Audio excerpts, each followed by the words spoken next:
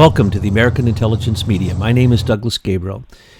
Today, we're going to continue the reporting we've been doing on the fires in California, which have literally shaken every one of our members to the core of their being. And so we know that we have to get this information out that we're finding, but it's so perplexing that we can't quite help you understand it. So we got in contact with someone who was on the ground, who literally has lost his home to the fire, who has gone through the Oakland fire in the 90s, who has seen this happening to his state of California for years and years and has been studying it, and now it has literally reached his home in Concow, which is across, I think, the mountain, we'll hear in a second, from Paradise, which we all know has really been consumed by this. And what was the most shocking was when we saw a video that he sent us, and his name is Robert Otte. We'll be introducing him in just a second. But as he sent us this video, it is a miracle that he got out alive. And then when he told us his story, you're not going to believe the story. And then when he gave us the insight into what was happening, because we didn't quite understand it, we thought we understood some elements of it, but we needed to talk with somebody who was literally, with their own eyes, seen this happen, who could give us an eyewitness account. And so we are so fortunate that he contacted us here at Aim for Truth, and that Betsy and her team got him in contact with me, and that I get the opportunity to interview him. So this is sad, folks. This is serious. I can't begin to tell you that the story that he told me earlier is one of the most powerful, devastating stories of what a fire apocalypse that you can possibly imagine in his own backyard with someone who's experienced. So this isn't, as he points out, just California. This is every American. Basically, this is everyone who could be subject to these accelerants that are being used in these fires, both in the forest fires, the wild forest fires, as well as these targeted fires that are in suburban areas that are inexplicable. So we're very thrilled that he has only a little time on his phone, and he's staying with friends. He's safe, and he's going to tell us his story. His name is Robert Otte. Robert, welcome to the show. Thanks, Douglas. Thanks so much for having me on to give my eyewitness testimony of what I saw. What you just told me blew my mind. You said you had like 2 minutes to get out, and at one point you're standing outside and you saw the tips of the trees and buildings, a whole bunch of buildings and outbuildings all burst into flame without any accelerants, without any embers, without anything seemingly being the cause for this spontaneous combustion. Can you tell us how in the world you even got out of this conflagration? Yeah, well, I had to run through basically about 30-foot long whipping flames that were driven by about 50 to 60 mile an hour gusts. And I carried a dog under each arm. I have 3 chew poodles actually, and so I took 2 of them and threw them in my Ford F-250 in the cab, which was sealed, thank God. Ran back. My cabin was about 25% on fire by that time. Grabbed my 3rd dog. Thank God I had, within 2 or 3 breaths, I would have died of smoke inhalation. And I got into my cab with my 3rd dog, closed the cab, and thank God there was enough clean air in there to get me about 4 or 5 miles down the road.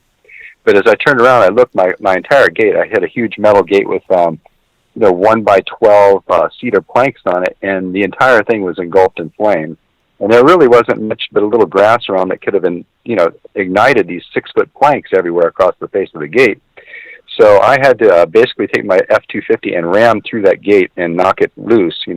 I knocked it off the hinges and drove over it. And then I drove down into the Concow Valley, down Concow Road, about 1.5 miles into the valley. It was so much smoke, I had to drive by Braille just to get off of the dirt road that I'm on to get onto Concow Road. But you couldn't see 3 feet in front of the truck with the headlights on because it was black. I mean, there was so much smoke you couldn't see. So in front of me, somebody had plowed into somebody else that was leaving their property. They got T-boned. Both of those cars were burnt to the ground and blocking the road. So I rammed those both with my F-250. They're like a V kind of, and they went to each side. And I was able to drive about 4 to 5 miles through burning flames, towering all the way to 100, 150 foot tall cedars and pines on both sides of the road, all the way out. Wow. My God, tell them about the lake and about how some of your neighbors were able to, 100 of them saved their lives by going to the lake. Yeah, that's what I hopefully figured out, happened to the guys that got in that wreck, because at that point, it was probably about 150 feet downhill into the lake. There's no way anybody could have run through 4 or 5 miles of flames. So I hope that those guys did that. But I understand from the reports I'm hearing, about 100 people survived, by going and jumping in the lake, even like a 91-year-old woman. And apparently, that water's probably around 45 degrees this time of year. And they made it out to an island and they survived, so it's a miracle as well. What about your neighbors, Robert? You said that when, for some reason, I think I didn't get it quite straight, you came out and you looked up on the mountain where the flames were, and they were far away, and you came out to check it, and then all of a sudden you saw everything burst into flames.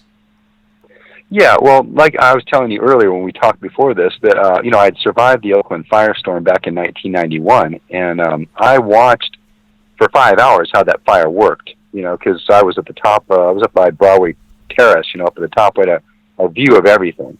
In fact, I saw it start. I saw the very beginning little smoke start at the other side of, it was kind of on the Berkeley side of 24 there. And I remarked to a couple of my friends, I'm like, there's an arsonist up there, because 3 days earlier a fire had started. And once again, it was going again, and it turns out it was some underground roots that had kept burning that the fire department didn't know.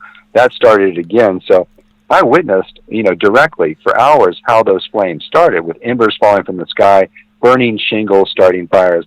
This, even though the environmental conditions were very similar, hot, dry, windy, about the same time of year, October, November, the fire was radically different, because I watched fires spring up all around me and below me and several miles in front of me, in front of the fire line itself. And there was no falling embers. There was no burning, chunks of wood. I had a pile of almond wood, about 1.5 cords sitting there, and that thing flamed on in a matter of, 30 seconds, 45 seconds, with 20-foot-high flames. Something like that, if you started even with gasoline, would take maybe 10, 15, 20 minutes to turn into a fire like that. So I watched flames exploding all around me, and I never saw an ember. And I saw these old burned out cedars that were like maybe 75 feet tall. The very tops of those were on fire like torches. There were maybe 100 yards in front of me, and I was at least a mile in front of the fire line at that point. I thought I had time to get out. And you said that your outbuildings and your house and the houses around you all started to burn at once. I know that all my stuff started to burn at once, and then my neighbor right across the street, but I couldn't see.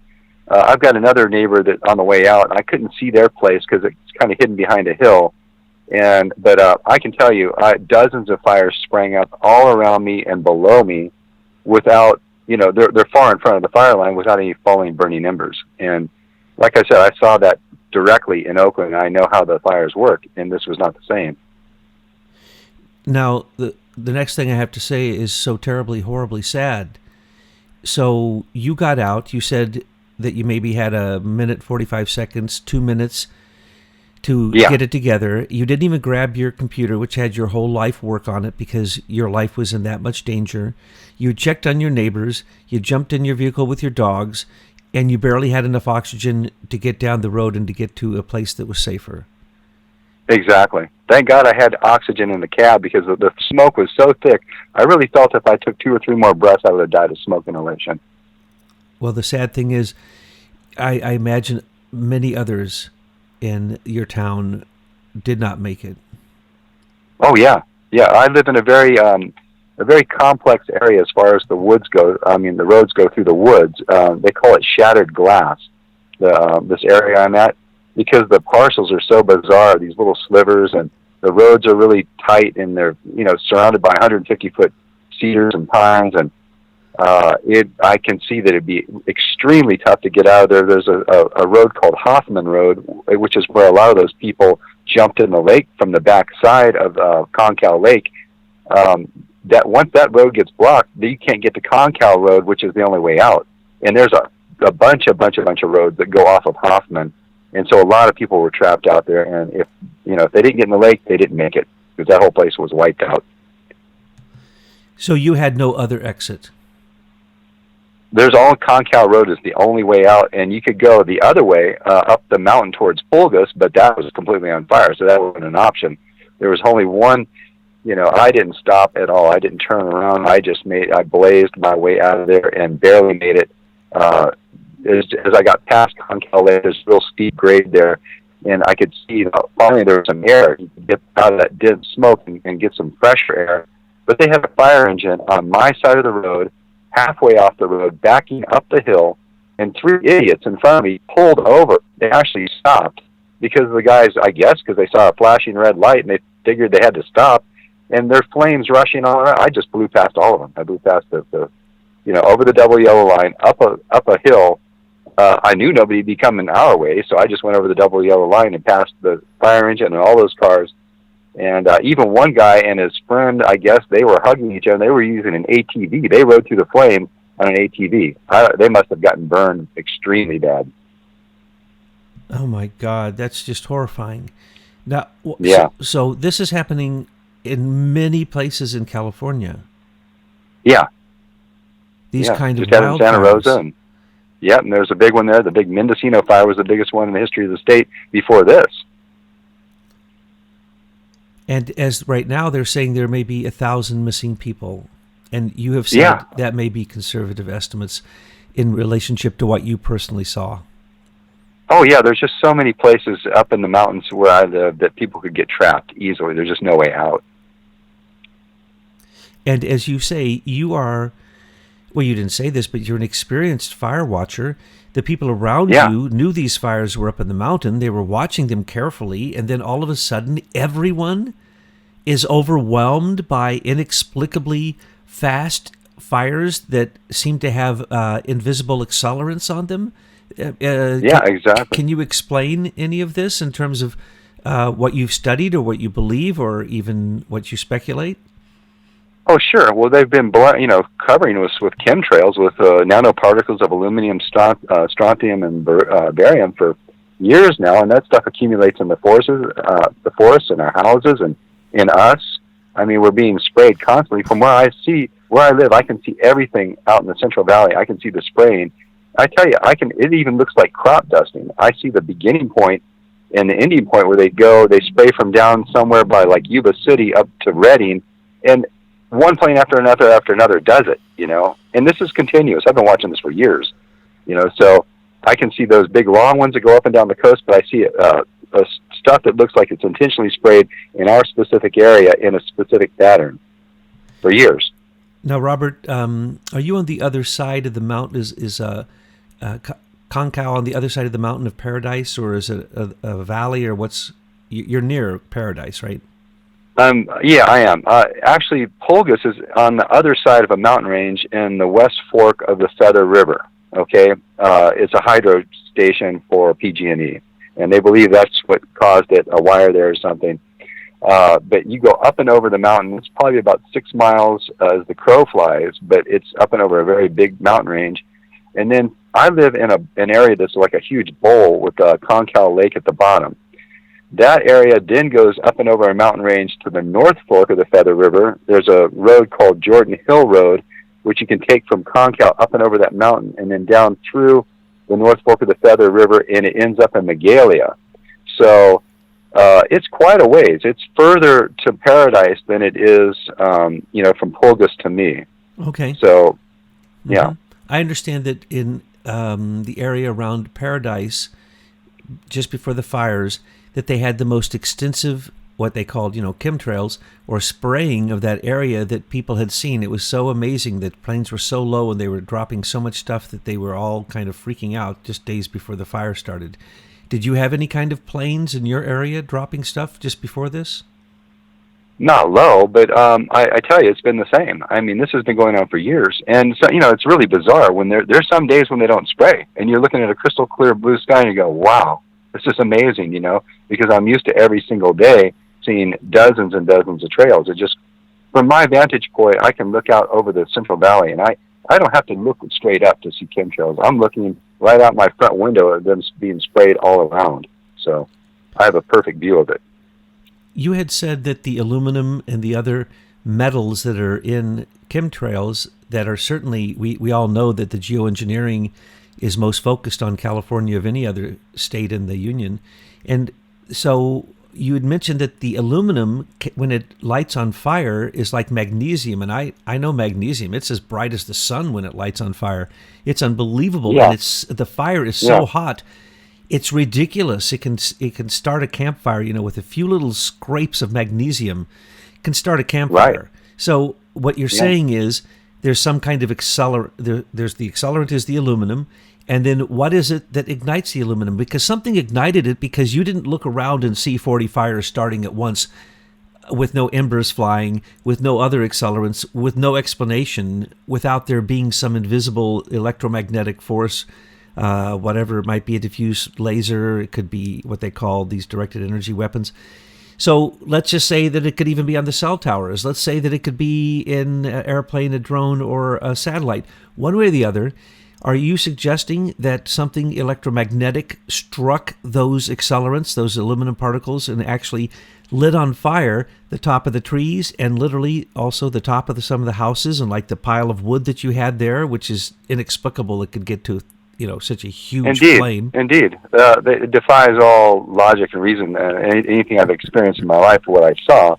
And, it's a well-known fact that these technologies exist. The directed energy weapons are real. There's a video that shows them right on Fox News shooting drones out from Earth-based stuff. So imagine what they've got in dark projects, up in space and satellites. The military's got this stuff, obviously. This is nothing new. Nikola Tesla created the death ray almost 100 years ago. This technology is the kind of thing that you would keep hidden until you wanted to use it. I'm sure the military's had this technology for a long time, but they're perfecting it now. I see it's been done in Iran and China, Canada, several places in the United States, Greece, Portugal. All these places are coming under the same exact kind of attack, it appears. And that's the part that scares my group so bad. This isn't just California. If you can take cars on the freeway with no fire to the left or right of the freeway, and cars are bursting into flames, and people don't even have time to get out of the car, just like you'd had literally seconds to get out of your house, leaving your most valued possessions, or you would have died. Same thing with people in cars on a freeway. Yeah. How is that happening? How is that even possible unless there is a new type of a weapon that is now being used liberally in California under multiple settings, many different parameters? I had assumed it was only in those suburb areas where you could see it was targeted, but it's clearly also with these wildfires that you just almost lost your life, and I'm sure you've lost friends' lives in these fires. This is absurd that it's now comprehensive. This isn't just trying to take out the land they need for the high-speed rail or land that some people know belong to a certain politician's husband, and he made killings off of these killings.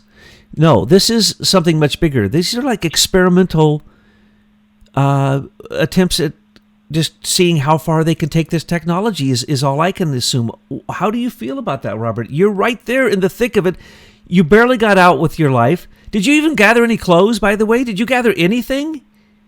I couldn't get anything. I had a utility kilt, a vest, and some Ugg boots on, and I could just get my dogs, the two, and I made a trip back, grabbed the third one. I could have, reached over with my right hand and grabbed at least my terabyte hard drive that had most of my life's research on it. I couldn't do it. In my mind, I realized if I took 2 or 3 more smokes of that, I would die, and I would never make it out to my truck, and my pups and I would all die. We'd all be burned alive. And you're healthy. You've gone through fires. You're a Californian. You know what you're talking about. You understand these things. And look what slim chance you had. It just makes me want to cry. Yeah, it's been powerful. It's been a very, very grueling experience, to say the least. But, as I've said, I survived the Oakland firestorm and kind of adopted the philosophy way back when that I just have to accept wherever the dice roll, where they land in my life. I've been through a lot of misery and pain in my life, and I survived that. It took about 6 years to recover economically from it, but with great humility, I just accept my fate, whatever that is, and right now, though, I'm very upset, I'm mad as hell. I'm ready to fight harder than I've ever fought in my life, exposing these racketeers, these criminals that are basically enslaving this planet and forcing this on all of us. Because you're, I'm sure, very well aware of Agenda 21, Agenda 2030, and population control is number one on the agenda of these people, and they'd really like to wipe us out. So it can usher in a new world where they're in full control and break out all their technologies that they've kept hidden from us. That's my true belief. That's my conclusion after teaching this stuff for 16 years and exposing all these people through my website, my books, and all the videos I've made. That's the only thing I can conclude after all this. It's staggering. Two things you told me make it even worse, and that's that so many of these people can't get fire insurance because this is now a yearly occurrence, and so they're going to lose in every way, and the corporations will win in every way. Yeah, they wouldn't allow me to insure my place because I had a cabin with a trailer built onto it, so that was like a no-no. So all they would give me, for example, was a personal property insurance, which was measly. It was like next to nothing. And the really sad thing is they've chiseled me down. They've pulled $4,000 out of that and claimed that my property has been devalued. So even though it was a pathetically small, like $20,000 basically, insurance policy, they chiseled that down on me. And this is a highly reputable company. I'm not going to mention their name because I don't want to deal with that right now. But they're one of the best insurance companies in our country for sure. And they chiseled me down, which I will of course be appealing. But in these cases of such mass devastation and such a huge emergency, so many people are going through this both last year and this year that I just don't understand how the state can handle such things. And the other thing that you said, which really was shocking to me, is that somewhere, I think you said you noticed that your land was marked that it was not even going to be inhabited land in the future or something to that effect in terms of the plans that they have for the high-speed rail and so on and so forth. So your land is considered incidental, so they're like just collecting it up, I guess, by doing these things, and then they have large swaths of land that then they can develop. Yeah, what I've seen in the past is these UN no-go zones as per the Agenda 21 program. So, yeah, it looks like they really want to get us off the land. They don't want people living off-grid like I was, being free. I had no electricity on my property. I had generators, so they don't want people living like that. I was in an absolute state of personal freedom out there and surrounded by my piece of property is magical. It's I could go on for hours about how gorgeous this place is, and everything that it's done for me. This beautiful piece of land, but now it's completely wiped out. So. And in your case, the trees all around were also burnt. So the beauty of the land, the resources, the natural resources are also burnt. In many cases, the trees don't burn; just the houses burn, which seems to be some kind of strange attack that we've never seen anything like that before. But with your case, everything's gone. I mean, you had to go through walls of fire just to get out alive, and I imagine when you go back, it's going to be devastation. Oh, absolutely. And you see, the thing about my place is it burned down about 9 or 10 years ago in the big Concal fire, which was a 70,000-acre fire. The California Department of Forestry came in with helicopters and dropped incendiary devices on my property. This is before I owned it. I've only owned it for 3 years. And the property next to me, they actually found the incendiary devices to light a backfire. That failed, and the wind shifted on them, and it was California Department of Forestry's fault that 70,000 acres had burnt. So my place had already burnt. It was in a period of restoration, regeneration. All the trees, the oaks were coming back. They were 10 to 15 foot tall. But there was an enormous amount of, the old cedars and things like that that were still on the ground that didn't burn fully from the last fire. So all that stuff went up like crazy. There was even a lot of old oaks and old cedars still standing from 9 or 10 years ago, and that stuff obviously got torched real easy. So there was an enormous amount of accelerant on my entire property and much of the area around me as well. It's amazing what all you've seen, what all you've witnessed, and what all you've survived. Your house in Oakland, you said it was taken, right? It was completely burned? Yeah, burned to the ground. There was nothing left. And you just recovering from that, and then you go to an area where they're trying to recover from another fire, and then you're caught in this conflagration that is literally an apocalypse from hell. I just don't understand how anyone can feel secure in California at this point, because these fires have reached into Malibu, into San Bernardino, into right next to cities. Right, there's no area that seems to be safe whatsoever. Well, it's not just California, Douglas. As I said earlier, Iran, China, Portugal, Greece, all these places are having the same types of fires. So nobody's safe anywhere on this planet anymore, in my personal opinion. And as we talked earlier about it, I'm going to take this up a notch, get into the stuff that a lot of people are going to have a hard time with. But Bill Cooper stated before they shot him dead in his front lawn that they were going to play the alien invasion card and pretend like there's aliens attacking us. And with this technology, it'd be easy to fake that and blame it on the aliens. Just cities wiped out. Oh, it's aliens. They're hitting us with these particle beams and stuff. So I have to believe that. I can only conclude that that's the direction this whole thing is going. Well, the pictures that I have seen of people in their vehicles driving down the road right next to a beach, no forest anywhere in sight, no grass, nothing flammable, and the cars look as if the aliens have come and shot them with ray beams.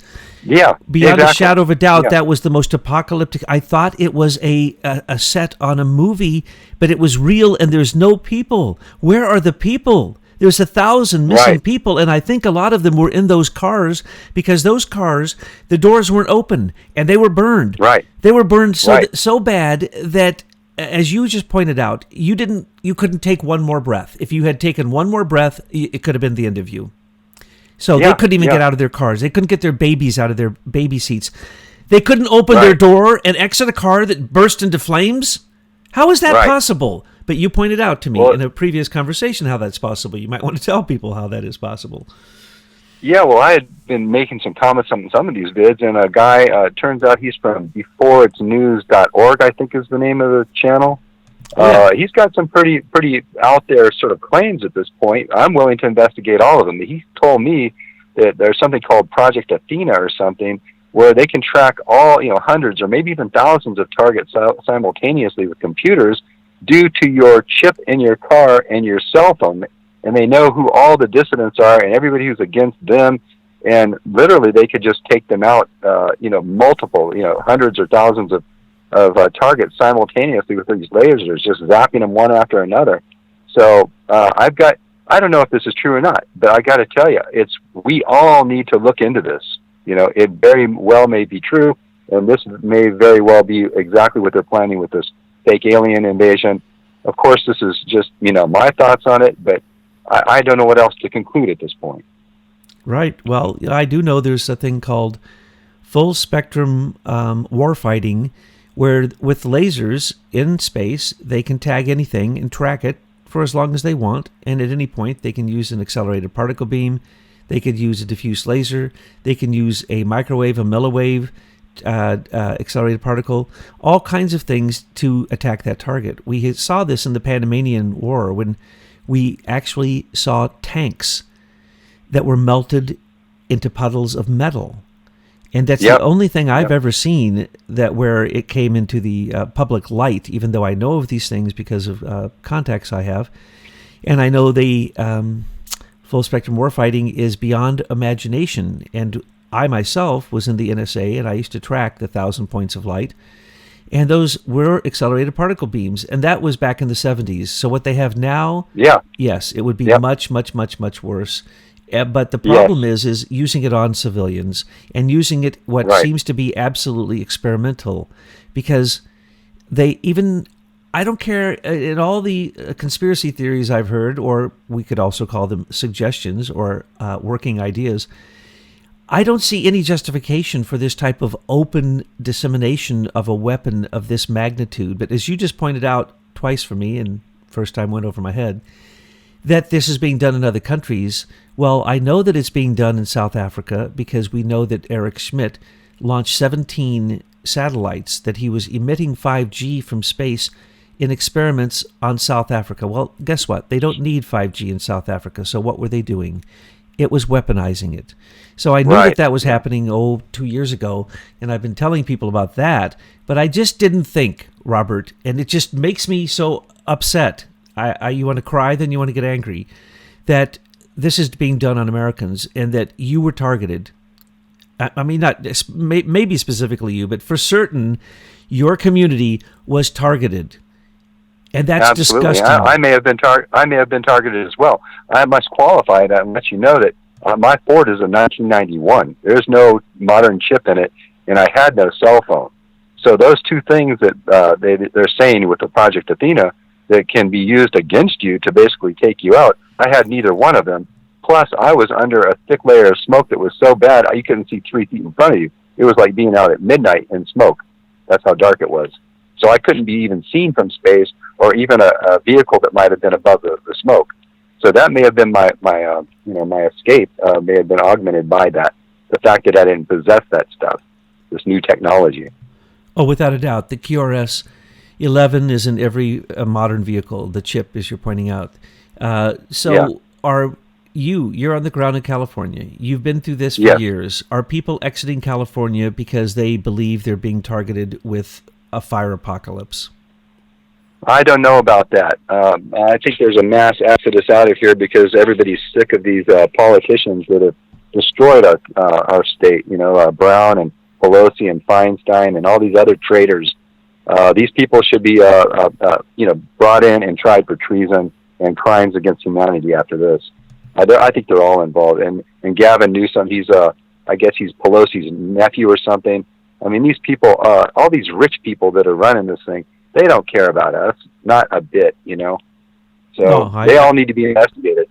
I totally agree. Those are sweet words to my ears, because that's exactly what I say all the time. And I get into showing how these politicians have vested interests and they make a ton of money off of this stuff. For Richard Bloom, the husband of Dianne Feinstein, is the one who got the $1 billion contract for the high-speed rail. And it, in some cases, overlays pretty clearly upon some of the burn areas from these fires. I don't know if that's true. I do know that last year in Napa Valley, many of those houses that were literally through some kind of weaponization were targeted and incinerated and literally vaporized. I'm not exaggerating when I say vaporized. Those were areas where he made a ton of money off of his real estate ventures, which he just happened to have got involved in just before that. So when someone knows about an area, buys into it, and then it burns up, and his wife is a Chinese spy, for heaven's sakes, 20 years long, Dianne Feinstein has been working for the Chinese, so is Mitch McConnell now and his wife. It doesn't surprise me. People say the Chinese are behind this. People say there's old gold veins and diamond veins, and the Chinese are looking for resources. Here's what's happening for sure. The Chinese are buying everything they can because they bought our U.S. Treasury bonds. And when they sold them back to us, they're using those dollars to buy everything they can in America. That doesn't worry me, because 5 years from now, when we break their back, they'll be just like Japan. When Japan did the same thing, when they had become our number one manufacturer. So later down the line, everything China is buying now, we'll buy back for pennies on the dollar. But unfortunately, we're dealing with a totalitarian communist government that is so ruthless that nothing can be put past them. So are the Chinese doing real estate development deals through political contacts here in America and using their own satellites to basically take advantage of geoengineering accelerant particles that are being dropped all over California? I could believe that. I just don't have the evidence to prove it. Right. Yeah. And you think back to as well 9/11. And there was that huge metal spire left over the guts of the building, and it was vaporized by a scalar weapon. I mean, you see it on a video. It just disappeared, just vaporized. Oh, So yes. this goes way back. They've been testing this for quite a while now. And then of course Chertoff, he's like running Homeland Security, and they put all his scanners, so his company makes a fortune off of this new terrorist, based on complete lies, this new terrorist agenda. So, all these rich people, they're just getting richer and they're getting more control. I've been indicting the energy barons, the warmongers, and the central bankers since 2002 when I wrote my first book, Free Energy and Free Thinking. I can, anybody wants, it's online, it's free, go read it. All the proof is there that free energy technologies exist, but we're slaved into this grid. We're burning fuels. We're having wars to fight for those fuels, and the central bankers are financing and making a killing out of everything. So the rich are getting richer, and the rest of us are getting wiped out. That's the new normal, And they used to call you a conspiracy theorist until they now literally have burnt up your home, your neighborhood, and made you homeless. What are you going to do next, Robert? That's what my readers and our listeners will ask next. How can I help him? And what will you do next? Because when you look at these pictures and it's, you don't know. You don't know whether to trust any pictures you ever see, but you talk to somebody who was there, and I'm afraid it becomes very, very, very real. So you're staying at friends, at relatives' house. What are you going to do? Are you going to be able to go back to your land? Are you going to be able to fight and keep it? Or what will happen with you? Well, yeah, that's the next step. We still can't get in yet, and it may be at least another week. They got to take cadaver dogs there and search the whole area where I live. They're not letting anybody in there. Unfortunately, they've already found 2 looters there and 4 in Concal, but there's cowboys out there who have got the shoot on command from the sheriff, so they'll be killing these bastards. I got to tell you, I'm just going to go back. I've got very little money. I'm going to try to get back on my property, put a trailer there, and dig myself out of the ashes and continue my fight exposing these people because, like I said, I've been doing this for 16 years. This isn't new to me. I've been aware of all this stuff all along, and now I've seen it firsthand. I was a little bit skeptical when Deborah Tavares was talking about the dew and all that, in Santa Rosa. You have to be skeptical, but I now seen it firsthand. I can tell you it has nothing to do with the Oakland firestorm or what I saw personally for 5 hours as I witnessed that fire. This was radically different, and I've got to believe that dew was involved, and possibly a scalar weapon. I don't know if you saw that space-based video where they showed the fire was starting, and there was this massive explosion, and a white plume came up many thousands of feet above it. That arced over to my side of the mountain. I don't know have you seen that video yet? Wow, no. It's actually on a channel called Mike Morales' channel. I remember that. I actually wrote him because he had some disinfo, not intentionally, but he had bought into some of the weather maps, and he was saying there was no wind, and the humidity was 43%. That is not true. It blew for days. It blew all night so loud I could barely sleep because it was so noisy. And I have a humidity gauge on my property that I watch constantly. It's been down around 10% or less for the last month to month and a half. So everything was extremely dry and a huge wind. So that is the truth. I mean, so there's some disinformation out there about that. Had you ever seen or experienced winds like that before at your place? Oh, yeah. This is where I live. Generally this time of year, you will have winds that can get up to 100 miles an hour where I live. And generally in the fall like this. It was like that last year and the year before. I've only been there for 3 years, but I've seen an enormous amounts of winds. I mean, it gets really, really windy where I'm at. So they know that's just a wonderful accelerant for fire. If they just happen to have some sparks jump off of the, would you say the dam in the area or the power plant in the area or so on and so forth. And that's what it seems to always be tracked back to is, the poor maintenance of some of the electrical wires throughout all of California. I don't know whether I believe those things or whether I believe that this is targeted and that they take advantage of the fact that you have fantastic winds there at a certain time of the year. And if you start a fire, it's going to go crazy and going to clear out a lot of the area that they don't want you independent people out there basically standing up. They may have used dew to start the electrical fire on the wires themselves. Who knows? I mean, it's all, speculation at this point. Exactly. But I got to say, I registered through FEMA for the grant, because I've got next to nothing.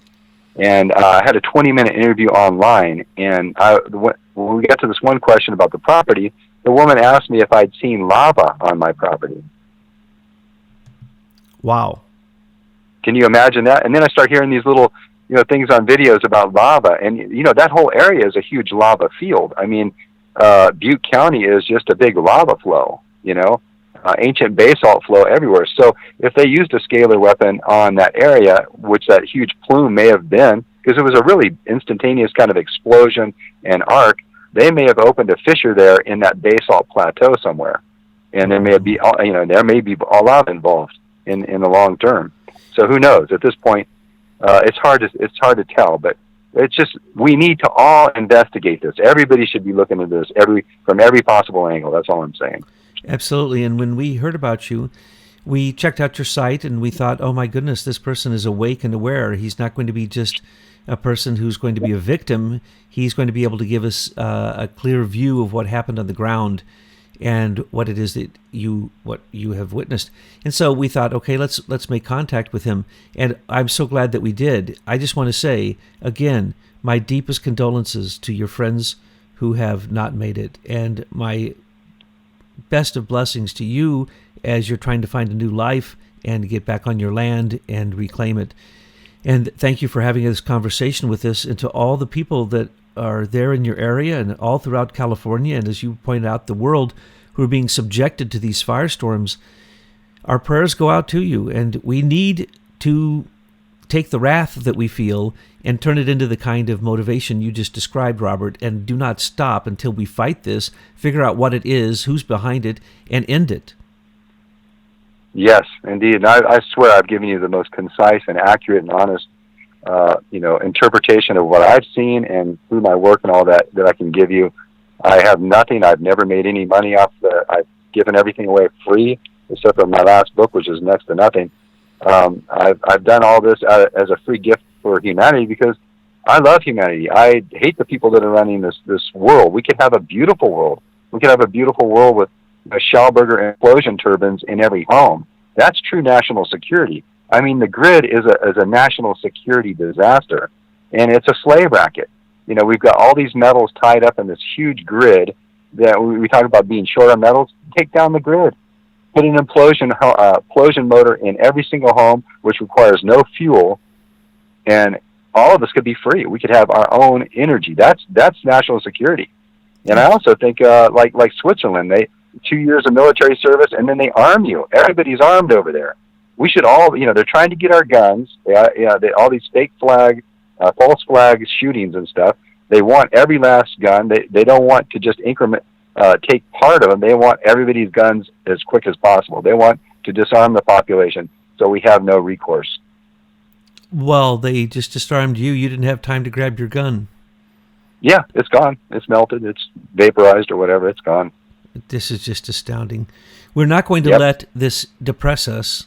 We're going to let that anger be set aside. We're going to take up holy wrath, and we're going to continue to work on this and continue to fight this. And Robert, we're going to keep track of you, and please keep us posted on what you're doing and if there's anything we can do to help. Oh, for sure. As soon as I get in, I'll be shooting a video of the property and giving a narrative. And so I'll post that on my website. It's the very second we're allowed in there, I'll be up there. I'll have a video camera, and I'll document it all, and I will forward that to you and your audience so you can see exactly what happened up there.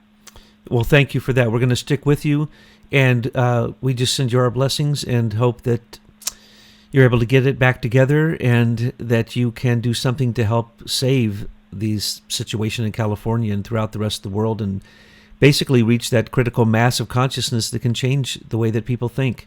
So, Robert? That's it. Yeah, thank you. Our deepest sympathies for you and what you've had to go through, and all your friends and all your neighbors. We'll talk to you soon. I sure appreciate it, Douglas. And, much love to your audience. And please, everybody, we have to band together. I mean, we can't allow the politicians to fix this. They're a huge part of the problem. We need to band together as humans and protect each other.